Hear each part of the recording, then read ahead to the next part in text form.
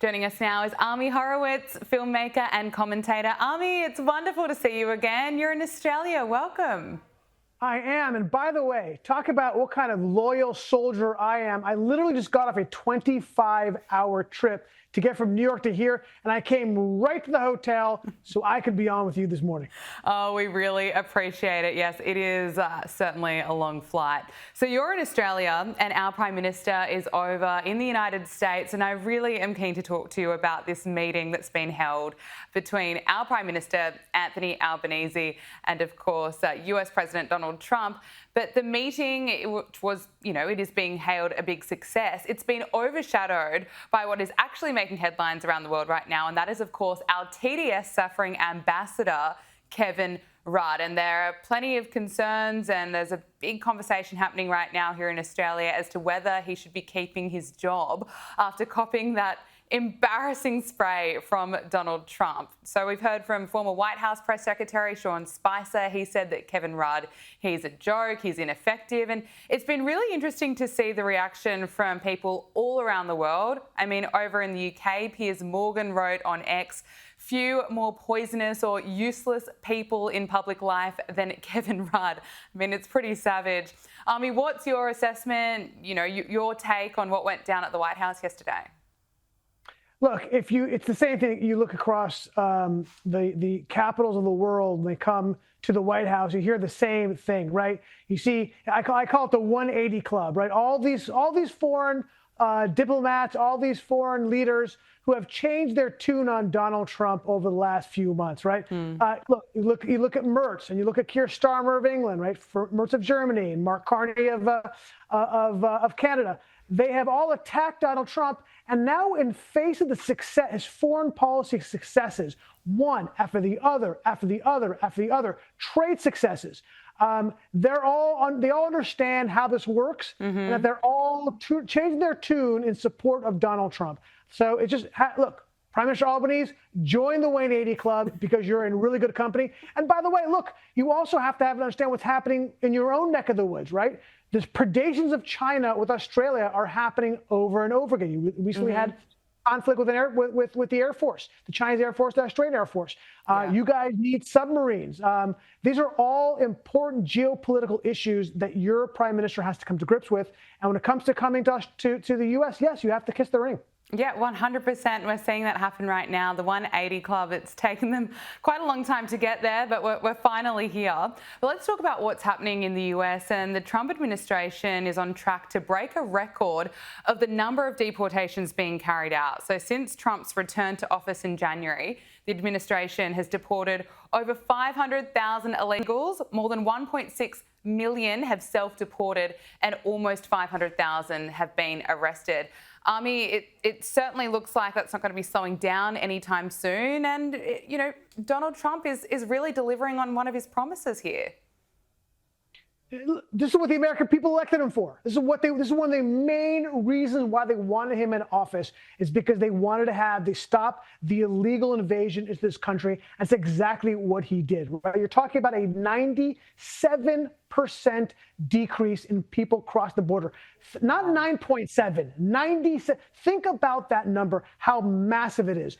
And look, there was a quote with the administration that said, we need to deport illegals so we can stop them from coming across the border. Want to disincentivize them. Was that Donald Trump? No, that was actually Barack Obama.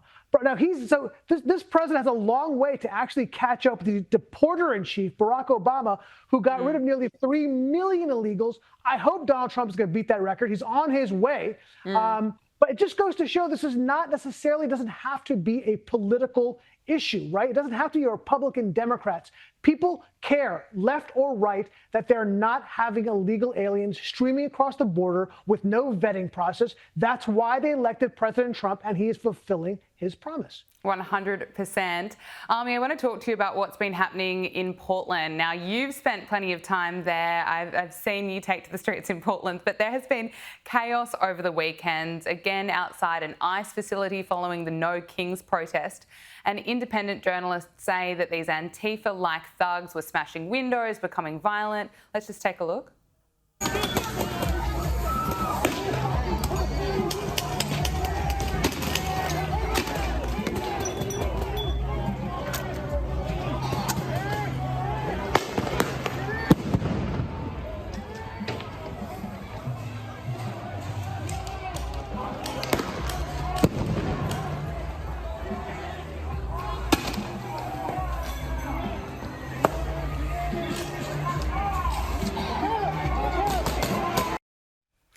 I mean, appeals court has also ruled that Trump can deploy National Guard troops into Portland, a big victory for Donald Trump. But can you talk to us about what it's like after spending a fair bit of time there, seeing what the protests are like that the media calls peaceful?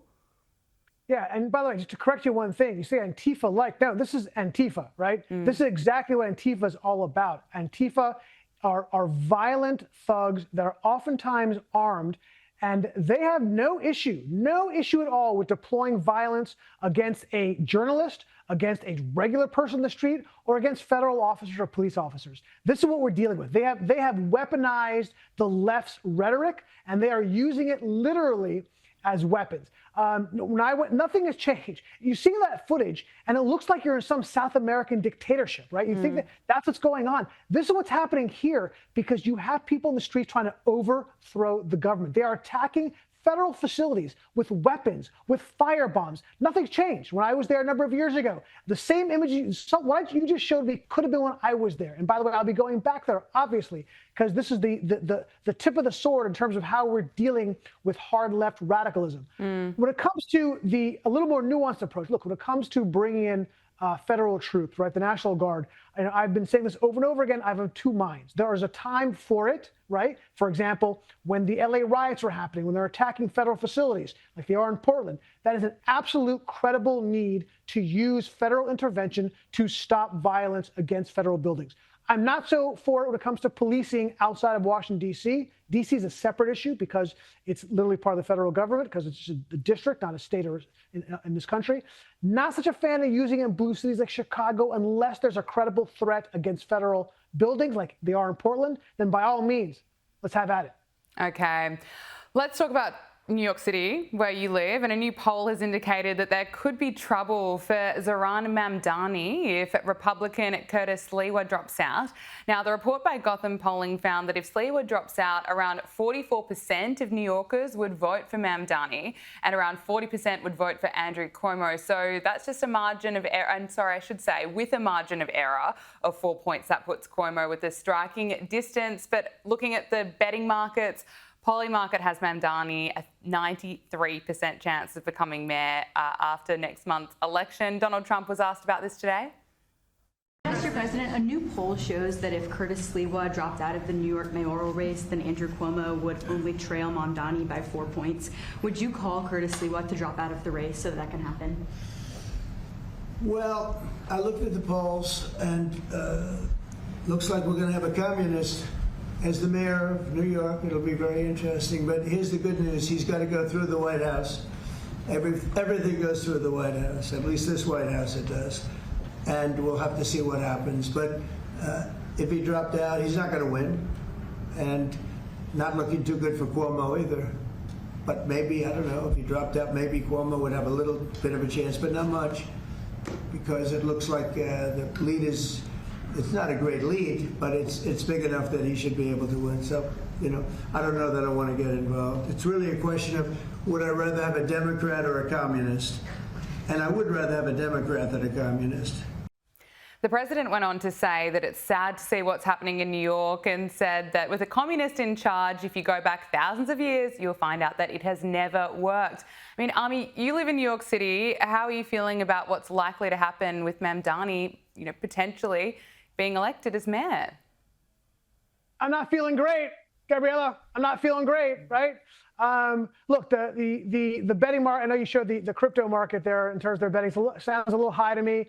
The wise guys in Vegas have between 75 and 80%, which was growing from week over week in about last month.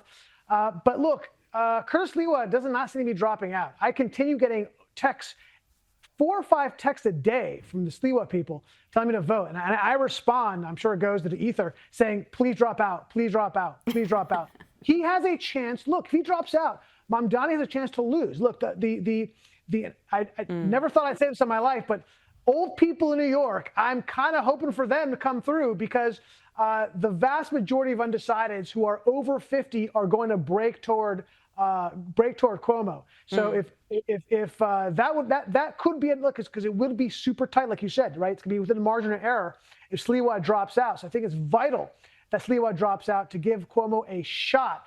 And also, like the black vote has got to come out, right? The black vote went all to Cuomo in the primary, right? They shut out Mamdani. So I'm hoping the black and Hispanic vote will also turn out because they're also going to lead toward Cuomo. And the last point I'll make on this, the president alluded to it, but this is really important.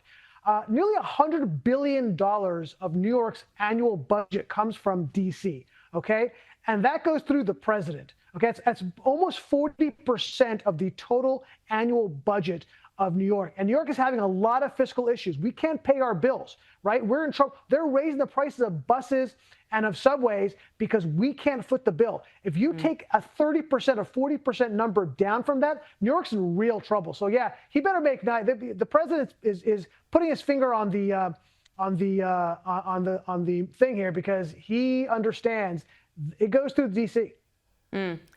So finally, before I get to what's happening in the Middle East, Ami, Joe Rogan's blasted Gavin Newsom for his social media strategy, labelling it stupid and also taking aim at Gavin Newsom for the way he governs California. Listen to this.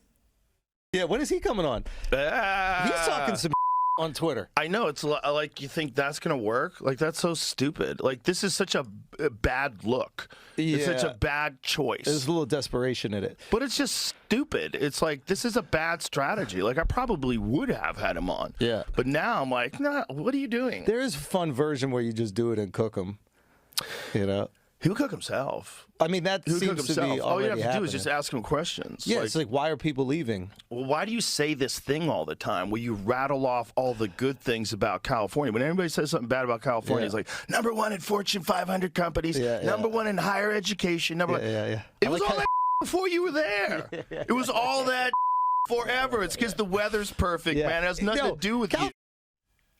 But Ami, Gavin Newsom has gained ground on Vice President JD Vance in a new hypothetical poll of the 2028 presidential race.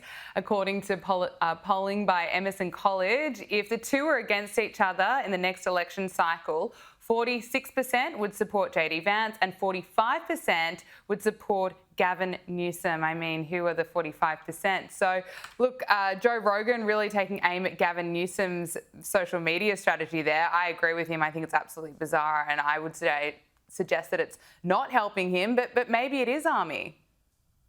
Look, I've said this before. I've said this for a while. Don't sleep on Gavin Newsom. He didn't go on Joe Rogan, but he has a history of going on a lot of shows that are not a comfortable spot for him. Actually, I give him credit for that. And he cosplays well as a normal Democrat, okay? But that's what it is. It is cosplaying. He is more on the left, obviously, than the center. And you can see that the policies in California, but he does a really, really good job of pretending to be moderate. And look, before he can go, that poll against JD Vance is great, but he's got to win the nomination first. And the person who is consistently in the top 5 more than any other politician is, wait for it, it's Kamala Harris. Kamala Harris didn't run for governor of California because she is biding her time, unbelievably thinking she has another bite at the apple. And she is polling well. I don't think she'll win it, but she currently is polling well. And Gavin Newsom is right up there. And so is AOC, frankly, and other radicals. So I think that it's going to be fascinating. Gavin Newsom, again, I talked about how many texts I get from Curtis Lewa. I get 2 or 3 emails a day from Gavin Newsom, his campaigns. They're pushing hard. And they're going after me, trying to get me to support him. They're trying something. So it's going to be look. This race is going to be absolutely fascinating. Not just the general, but frankly, I think the Democratic nomination process is going to be even more fascinating because the soul of the Democratic Party is at stake, frankly. Absolutely. No, it is going to be fascinating to watch. Kamala Harris, well, she's certainly getting headlines again as she's on her book tour, or media blitz, promoting her new book, 107 Days, about the world's worst election campaign. She claims it's the shortest, of course, and that's why she didn't win, according to Kamala Harris. But she's also coming to Australia, Ami. I don't know how many of us are too excited about that, but you can tell that she's gearing up for another potential run. Now, we mentioned, of course, JD Vance, and he is in Israel at the moment. He's attempting to stabilise the first phase of the Gaza ceasefire and hoping to advance the Gaza talks into the second phase of the deal, which of course includes disarming Hamas and the withdrawal of Israeli forces from the Strip. Now, Donald Trump has said that multiple Middle Eastern nations are on standby to wipe out Hamas if the terror group continues its aggression. He wrote on Truth Social, numerous of our now great allies in the Middle East and areas surrounding the Middle East have explicitly and strongly, with the great enthusiasm, informed me that they would welcome the opportunity at my request to go into Gaza with a heavy force and straighten out Hamas if Hamas continues to act badly in violation of their agreement with us. The love and spirit for the Middle East has not been seen like this in 1,000 years. It is a beautiful thing to behold. I told these countries and Israel, not yet. There is still hope that Hamas will do what is right. If they do not, an end to Hamas will be fast, furious, and brutal. Ami, what do you see happening here? Is it likely that Donald Trump will be calling on those now great allies to take out Hamas, or how do you see this playing out? Now, look, there's a lot to unpack there. First of all, I'll start with the good stuff. When you look, the Middle East has been remade by this president, okay? With a brief 4-year hiatus in between, a failure. You had the first 4 years and the Abraham Accords, or he says the Abraham Accords, an unbelievable game changer in terms of the strategic map of the Middle East, right? You have enemies for generations coming to peace with Israel. And then on the other side of his this last 9 months of this presidency, obviously you saw the hopefully will be the end of the Gaza war with Israel. And to see all of these guys who were enemies of not just of Israel, they're also closet enemies of the United States, coming together and say, we want to work with you to make sure Hamas is no longer a power force in the Levant is incredible. It truly, truly is. The problem is there is no, look, when Bibi set out among his goals for this Gaza war, and one of them was the destruction of Hamas, I knew it was a mistake going in. Hamas is not, you just can't go in and kill 50,000 Hamas people and all of a sudden Hamas is gone. It's an ideology as much as it is a political force and a terrorist force, right? And if you go, and I did recently, if you go to the West Bank, right, not in Gaza, and you ask anybody under 50 who you support, without just about every single person under 50, every single one, I asked that they support Hamas, right? That even though they saw the destruction of Gaza because of the support of Hamas and what Hamas has caused the Gazans, they still support them. And there was an election today, and there won't be, right? Because the PLO doesn't want that to happen. Hamas would win without a question. So it's not so easy just to wipe them out. I hesitate to use that as a goal because it's a kind of an unachievable goal, to be honest. Okay, Ami Horowitz, we have to leave it there. Thank you so much for joining us. Great to have you in Australia. It's my pleasure.